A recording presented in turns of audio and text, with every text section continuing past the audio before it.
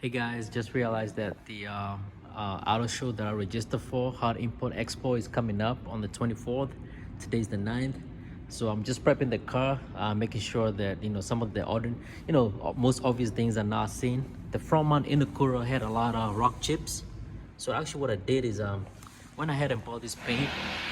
Excuse the noise. They're doing some drilling in the garage. So I went ahead and bought this paint from Amazon. Rust-Oleum ultra cover paint primer. So that's what I bought. Again, excuse that noise, man. The problem is that's the only reason I didn't show you guys when I was painting the front mount intercooler because of the noise. But what happened is there was so many rock chips around here though. So what I did is I went ahead, spray painted it, and what I did is just that way I don't mess up the blue color. I use this guy to kind of protect the bumper. So let's say the rock chips are here. So what I'll do is I'll put the that guy right there and I'll just spray it. So that's what I did. So far it's looking a lot better. I wish I showed you guys the pictures for before so you guys can see the after, but it's looking a lot better. So what I'm trying to do right now is the hood. So this grill that's here, if you notice, it's kind of fading. Some of it has some like white stuff on it. So I'm gonna go ahead and give it a fresh coat of black primer or paint. That way it looks decent. So that's what I'm doing right now. I was also thinking to do the grill, but I don't think I have time for that. So I'll let that go for now. Yeah, I'll let that go for now. But yeah, for now I'm gonna go ahead and do the grill. And yes, I washed the car last Sunday. It's still looking clean. This is the way I washed it. I went to my other old job, my old building, and I was able to use a hose bib. And yeah, I cleaned it up pretty good though, because if you guys remember when I picked up this car about a month ago, it was really dirty because it came from the body shop. So yeah, so it's looking pretty good. So just trying to keep up with this old girl, make sure that she's still kicking and fighting, I want to last another 20 plus years. So the good thing about these guys is a lot easier to take them off. These metal pieces here that hold the grill. So all you have to do is unbend them. That's what I'm doing right now. It's a lot of pieces though, so hopefully I don't break any of them, because that'll be bad. Yeah, I'll be pretty bad to bend them. But yeah, that's what I'm doing right now, unbend them so I can take off the grill. Again, using one hand is not the easiest thing, but just want to give you guys a clue of how it's done. It's gonna take me a while because I have to do this piece here, that piece there in the middle, and the other piece.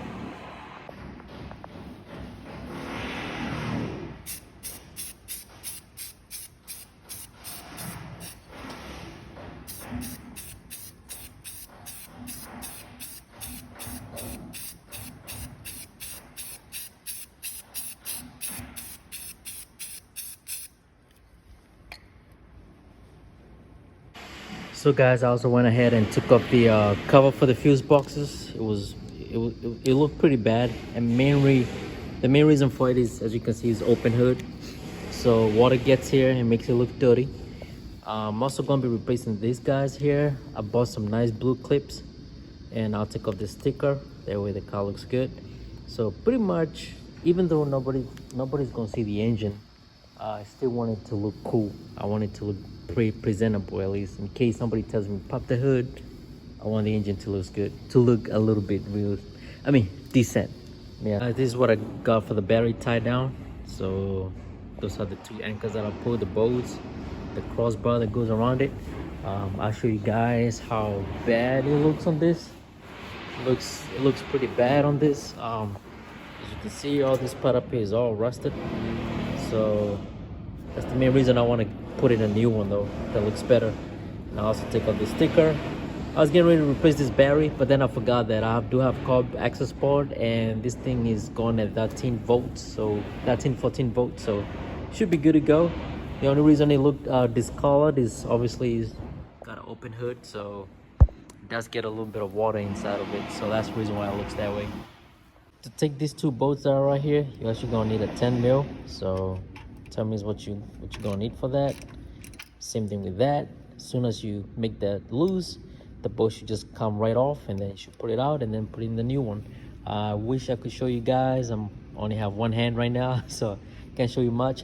And yes, the fuses are not looking good. That's the reason why I think this guy at one point set for a while. I think that's probably the reason why it has very low miles. Yeah, it seemed like it sat at a shop for a while. The fuses are pretty dirty though. I'm glad that I opened that up. I'll actually clean this up next week. I'll probably get like an air can or air hose and, you know, just try to clean that up a little bit though. I'm trying to make it as shiny as I can.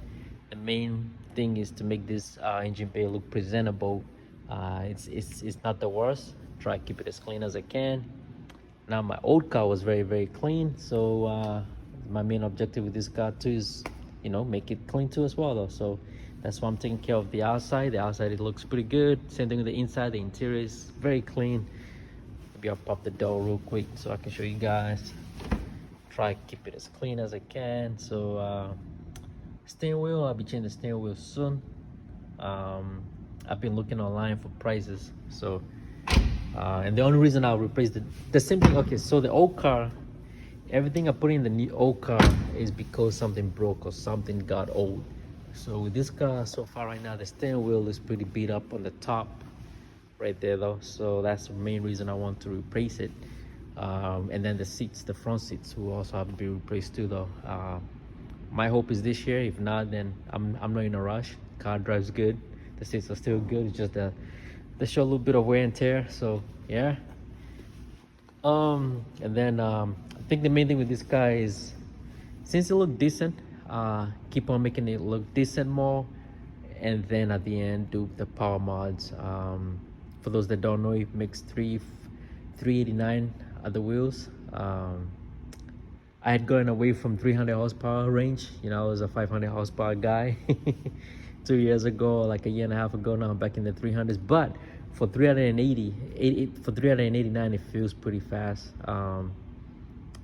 This motor is rated for 600 horsepower, so I guess that's at the crank. So I definitely be very careful with that. It's an open deck block. It's not a closed deck, but obviously it's built, so it has rods and pistons and head studs too as well. So yeah, also got some head work done. Still using the stock cams, but definitely got valves and retainers done as well. So yeah, it has a recipe to make 500. I think I can make 500 horsepower safe with this motor, but at that point I'd rather want to go with a closed deck. So yep, anyways, let me go ahead and take this out and replace it real quick.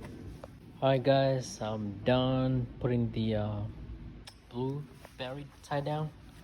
So not the best, but it looks okay. It's a lot better than what we had before. So yep, so that's done. The fuse box is not done yet. I had to repaint it again. The first coat I did was too weak, so I just added another coat.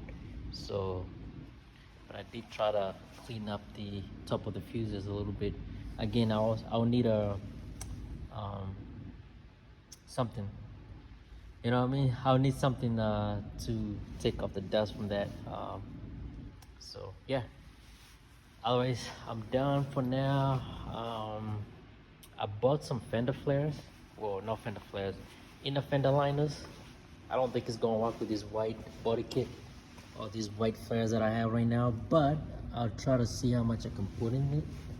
I just want something to kind of grab a little bit though. I just don't want that rust to come back, you know, so I'll put that for next video, probably next week. I was planning to do it this weekend, but this weekend is looking a little bit busy for me now, so I'm not going to do that. A lot has to do with jacking up the car, put it up on the lift. Well, not put it up on the lift though, but I'll put it on a jack and then take up the wheel, see how fast I can put it. So it's the little things, it's the little details. If those stock fender liners don't work, I'll find someone that can do a custom work for me. The only thing I'm trying to avoid is, as the wheel turns, even though I try not to drive this car in the rain or snow, I just don't want stuff or particles getting to the inner fender liners again, you know, because we just got this fixed. There was a little bit of rust there, a little bit of rust here, so I can prevent that by wearing some fender liners. So if that works, that's great. If not, like I said, I'll try to find a person that can do a custom for me. So if you guys have any suggestions, let me know. That'd be great.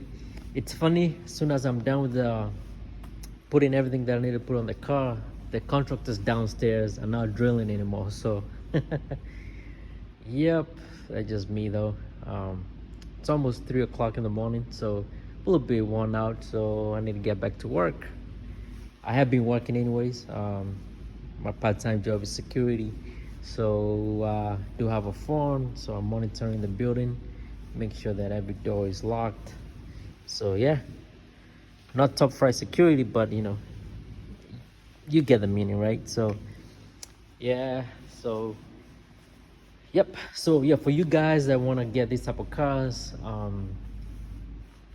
like this guy has been very good to me so far, knocking on air or knocking on wood. So I haven't had to spend a lot of money fixing it or anything like that. But yeah, you do need at least, if not a second job, you do need to have enough money to support this type of cars, especially when you own a Subaru. Subaru is a little bit more maintenance friendly. So I mean, not friendly. She likes to be maintained a lot more, like I said, but it also depends with the shop that's doing the work. Like this car, like I said, has been good to me. The last shop that tuned this car was Shop CT. So they are, I believe, in Connecticut. So next time I do plan on upgrading the power, I'll drive all the way up there so they can get it all sorted out for me. But so far the guy has been great. So yeah. So anyway, hopefully you guys enjoyed the video. Again, the um, the show uh, the show is coming up on the 24th, the one that I entered this vehicle for. So I haven't got the details yet on what time I'm supposed to be out there, but the show starts at 5 p.m. all the way to 10 p.m. on Saturday the 24th. It's going to be in DC Convention Center. So I'll give you guys more details as we get close to it. Probably that'll be the next video for this car, and then we're gonna get back on Lexus stuff though. So the Lexus, like I said, we need to get suspension done and wheels done on it. So yeah, that'll be the next video. Well, not the next video, but after the I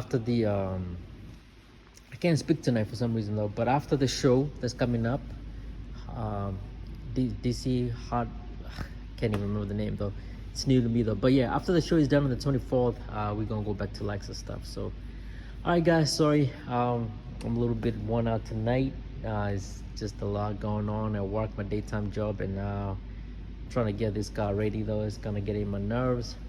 I wish I had a garage, because I can do a lot of this stuff at home rather than doing them at work. So yeah, but hopefully one day we'll reach that point where we have our own garage, and hopefully that day will come soon. All right guys, take care, have a good one, bye. So pretty much it's the little details that come through. As you can see, even looking from here from outside, you can see the blue tied down cable, I guess, for the battery. So kind of makes it look cool. Before it was just one rusted old stock OEM rod that cut across there though. So at least now it looks decent. So